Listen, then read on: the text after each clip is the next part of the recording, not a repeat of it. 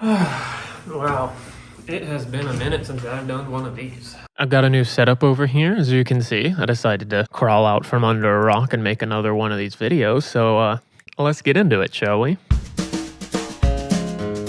I'm gonna rank every coaster and give them my review. Every drop and every hill, every launch and every loop. Rate it 1 to 10 and then we'll do it all again. Gonna rank and review every coaster.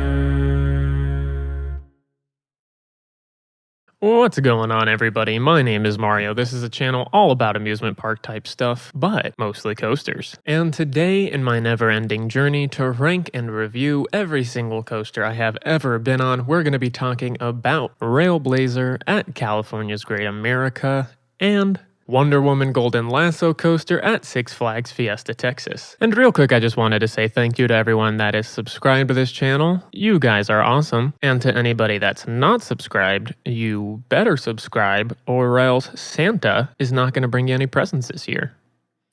But without any further ado, let's review. Now, RailBlazer and Wonder Woman are, of course, RMC Raptors. Raptors are a single rail model from RMC, and they are about as crazy as a roller coaster can get, let me tell you. Now, as far as the stats of these coasters are concerned, these coasters are identical, with the exception of the height of Wonder Woman being a little bit taller.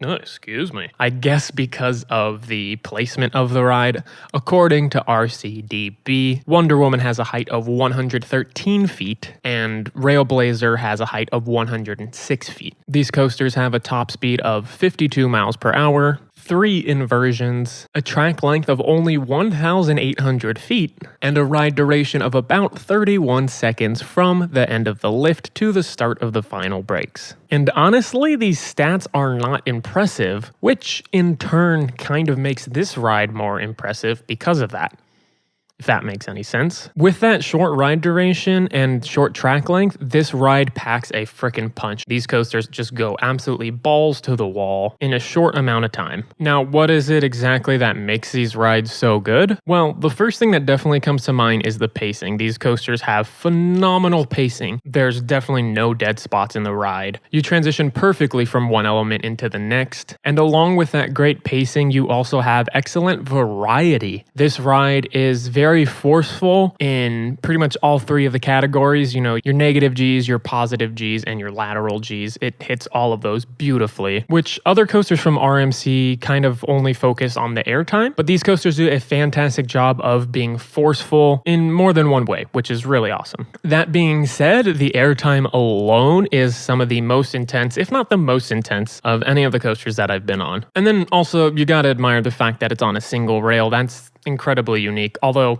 I guess less and less unique the more that these coasters get built. And that'll bring us into our next part of the review, the ride experience, starting with the off-ride experience. Now, I think both of these coasters look really, really good. Both of these coasters have a really nice setting, while I do think RailBlazer is a little bit better. Wonder Woman is above a lake of water. Obviously, I don't know what else a lake would be of. Although in the POV that I have from Fiesta, Texas, there isn't any water. So it looks really cool. Not many coasters are entirely above water. This one is. And then you have the quarry wall in the background, just like every other ride at Fiesta, Texas. And while there's not really much theming on ride, the station does actually have a really nice sort of, I guess, Roman architecture vibe. It has this Wonder Woman statue in it. It has flames in the queue. And the station building looks really nice as well. And last but not least, the trains look really good with that classic Wonder Woman W. While Wonder Woman doesn't have any on-ride theming, RailBlazer actually does. There's rock work all throughout the ride that contribute to a few near misses during your ride experience. There is also some water underneath the ride, although the water at that park is getting kind of swampy and gross. But never mind that. The color scheme for this ride looks amazing. I definitely prefer it. And I also do like this train design better as well. RailBlazer is slightly themed to riding, I guess, an ATV off-road. And the front car of each train on RailBlazer has some cool handles that you can hold on to. So I think the overall aesthetic and originality and actual on-ride theming definitely gives RailBlazer an edge when it comes to appearance. But all that being said, both of these coasters look really nice from off-ride, have fantastic settings. Can't go wrong with either. Now to transition to a slightly more negative off-ride aspect of these coasters, let's talk about operations. Both of these rides have very low capacity. The single file seating of this coaster only allows for 8 riders per train, which doesn't really get great throughput. I'm not quite sure what their actual hourly goal is. 8 times 45 times 2, I think. Wait, no. Yes, divide. I need to divide by 0.75. Okay, you know what? I'm going to stop doing math. But 8 riders per train and about a minute-long ride cycle. Capacity equals maybe could be better. But that's enough about the off-ride experience. Let's talk about the on-ride experience. So obviously you start off by going up the chain lift. You dip into a pre-drop, which doesn't really have any forces, but it does start getting you up to speed before the main drop, which in the back row is absolutely bonkers. Definitely one of the best first drops out there. Since you are getting some speed from that pre-drop, you are getting absolutely whipped over, flung out of your seat. However, in the front row, it's really not that good. You sort of just dangle over the edge for a second, and by the time you start picking up speed, you're already almost at the bottom of the drop. So, great first drop towards the back, okay in the front, pretty good in the middle. Now for RailBlazer, right after that first drop, you are getting an insane head chopper with some of that rock work going right over your head. After that, you fly into one of the coolest elements on this coaster and kind of any coaster ever. It's essentially a dive loop where you do not start inverting until after you've hit the apex of the element. So you get ejector airtime going up into it, violent laterals as you're twisting upside down, and then positives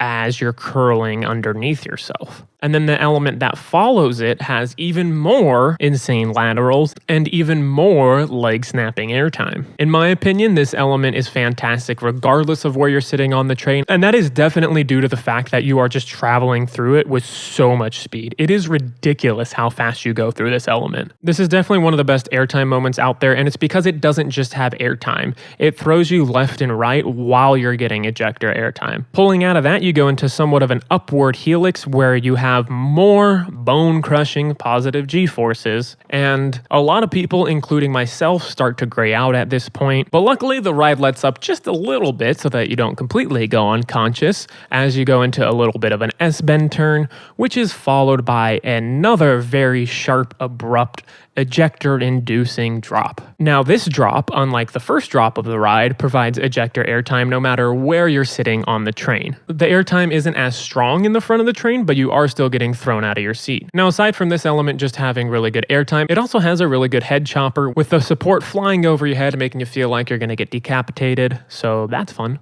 Now, following this drop in the pullout, you have more positives, not really noteworthy compared to the rest of the ride's positives, but it is just another example of this ride having continuous forces throughout. The next element is probably my least favorite on the ride, and that's not to say that it's bad by any means, but it is just not as exceptional as some of the other elements that we talked about before, and that is a cutback. It's where you do sort of a 180 turn that ends up inverting halfway through, and then you do the exact same thing, but the opposite, pulling out. So it's kind of like an upside down U-turn, if you will.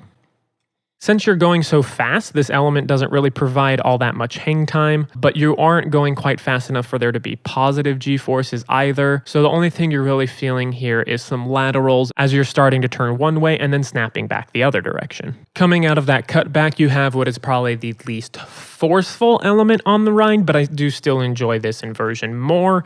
You have a corkscrew or a 0G roll, which is it. You can call it whatever you want. You get some floaty hang time going through it. It's not very forceful, but it is fun, and on RailBlazer specifically, you get another good near miss going over kind of to the side of the rock work that you dove through on the first drop. So that's another really fun near miss, another reason why RailBlazer has like better theming that contributes to the experience. After that, you go into what is essentially the last element of the ride, a really tight, low to the ground, overbanked turn that yet again delivers very forceful positive G's, pushing you into your seat and reminding you that this is one of the craziest ride experiences you'll ever find. That's followed up by a quick pop into the final brake run that does provide really strong ejector airtime in the front of the train, just as a little, cherry on top of the whole insane ride experience. So yeah, like I said at the beginning, this ride is short, but as you could tell by how much detail I went into with every single element,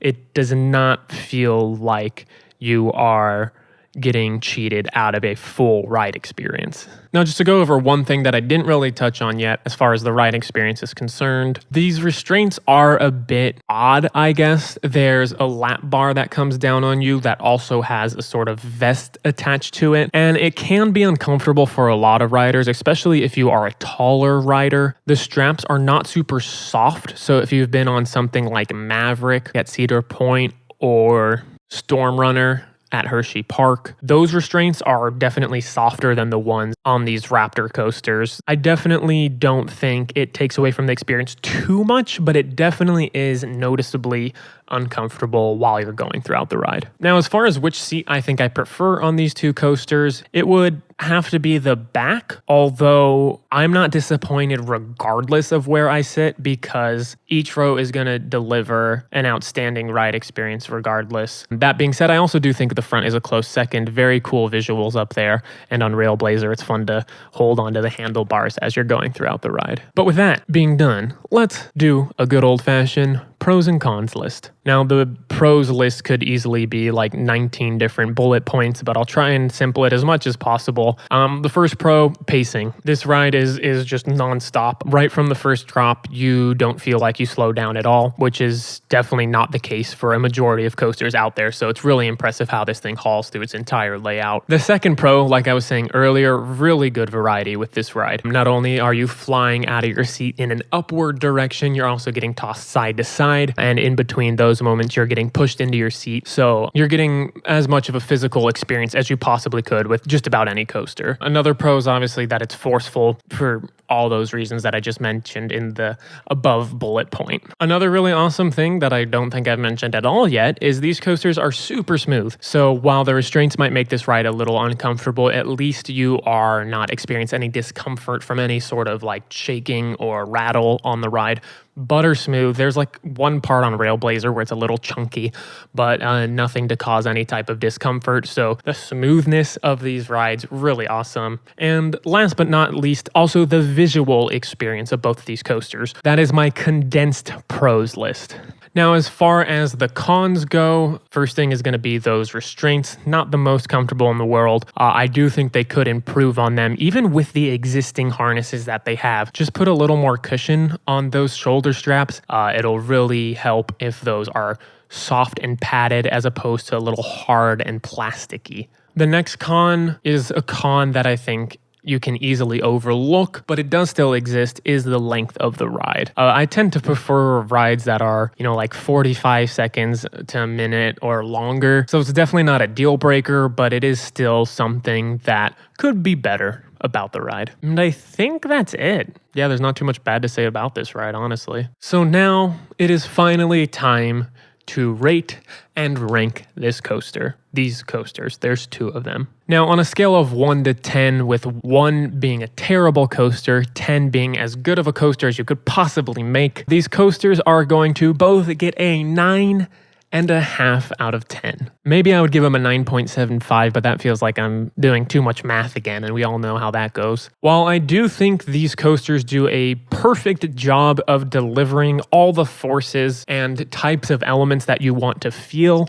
on an exciting, intense roller coaster, I do think it could just use a little bit more ride time. So that's the only reason I'm not giving it a perfect 10 out of 10. And that's being very nitpicky. If you wanted to give it a 10 out of 10, I'd be like, you know what, you're right, but that's just not what I'm rating it.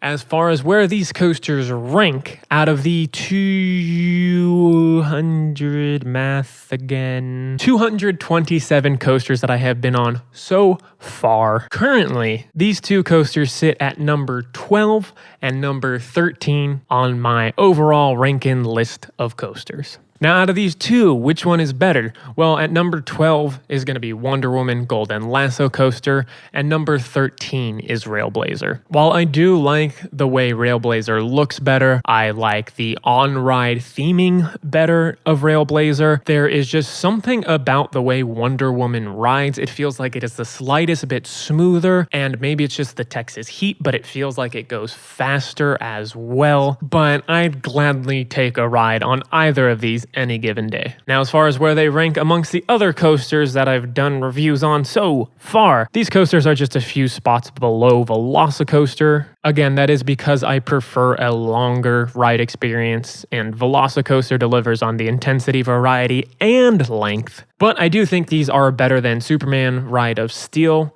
because, well, they just pack so much more of a punch. But that's gonna do it for this one. Thank you guys so much for watching. I would love to know what you guys think about these two coasters, or if you've been on the other Raptor models, I would love to know how they compare. Make sure you guys give the video a thumbs up if you liked it. Of course, 2 thumbs down if you didn't like it. That way I know you didn't like it. Subscribe and turn on notifications for more content like this. Share the video if you're feeling extra fancy. And make sure to tune in next time where I'll be talking about